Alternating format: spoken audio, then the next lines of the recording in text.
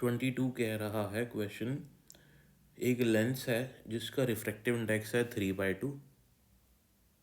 जिस मटेरियल का बना हुआ है वो, जिस ग्लास का बना हुआ है उसका रिफ्रैक्टिव इंडेक्स है 3/2, और उसकी फोकल लेंथ जो है वो एयर में f है। फिर उसी लेंस को हम लोग किसी मीडियम में पुट कर देते हैं जिसका रिफ्रैक्टिव इंडेक्स है 4/3, और ग्लास का तो वही रहेगा।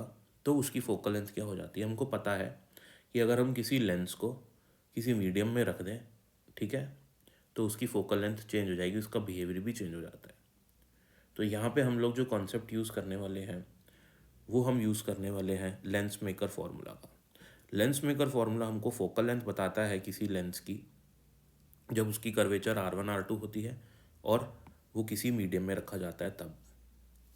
तो हम लोग फर्स्ट सिचुएशन इसको मान लेते हैं कि लेंस हमारा एयर में था और उसकी फोकल लेंथ f थी और उसका खुद का जो रिफ्रैक्टिव इंडेक्स है वो था 3/2। तो लेंस मेकर फॉर्मूले का जो मीनिंग होता है उसको समझ लेते हैं। ये जो यहाँ पे मैंने लिखा है इसका मतलब है म्यू एल एस, मतलब रिफ्रैक्टिव इंडेक्स ऑफ लेंस या फिर glass with respect to surroundings. S का मतलब है सराउंडिंग्स, एल का मतलब है लेंस। तो इसको कैसे लिखूंगा मैं? Refractive index of lens with respect to surroundings को लिखेंगे refractive index of lens upon में रिफ्रैक्टिव इंडेक्स ऑफ सराउंडिंग। तो इनिशियली सराउंडिंग तो एयर है तो इसकी जगह 1 आ जाएगा। तो मैंने ये फॉर्मूला एयर के लिए लिखा है।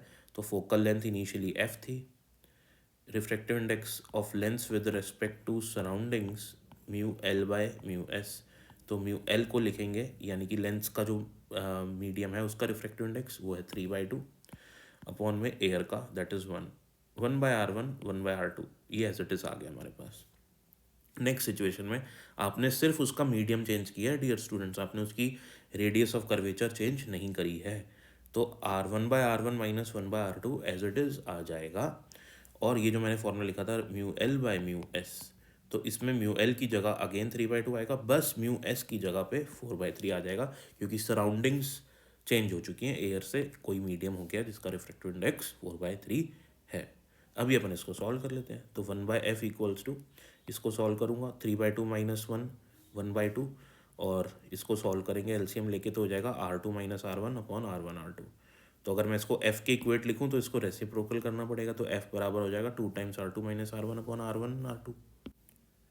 ऐसे ही हम f डैश के लिए करेंगे, इसको सॉल्व करेंगे 1/8 आएगा, इसको सॉल्व करेंगे R2 minus R1 upon R1 R2 आएगा, रेसिप्रोकल करेंगे तो f डैश आ जाएगा 8 times R2 minus R1 upon R1 R2।